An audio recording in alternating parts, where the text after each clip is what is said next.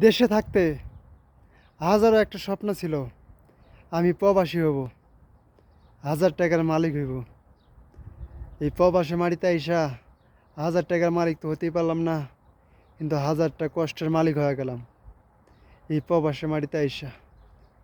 এই প্রবাসী মাটিতে আইসা ভাই ফাইসে গেছি রে ভাই। এই যে দেওয়ালটা দেখতেছেন, এই দেওয়ালটা গাঁথা লাগতেছে, এই পাথর টেনে টেনে নিয়ে যায় এই দেওয়ালটা গাঁথা লাগতেছে। ভিতরে মনে করেন বাউন্ডারি, এটা হলো বাউন্ডারি, ভিতরে কাজ ভিতরে কাজ আছে, কোম্পানির কাজ।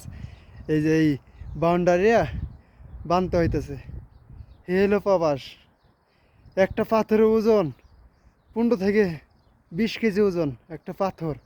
এই পাথরগুলি টাইনে টাইনে নিয়ে যাইতে কতটা যে কষ্ট, যা এই প্রবাসী মাটিতে এসব কাজ করে তাই ভালো করে বোঝে এই প্রবাসী মাটিতে কতটা কষ্ট। প্রবাসী মাটিতে শান্তি বলে কিচ্ছু নাই, সুখ বলে কিচ্ছু নাই।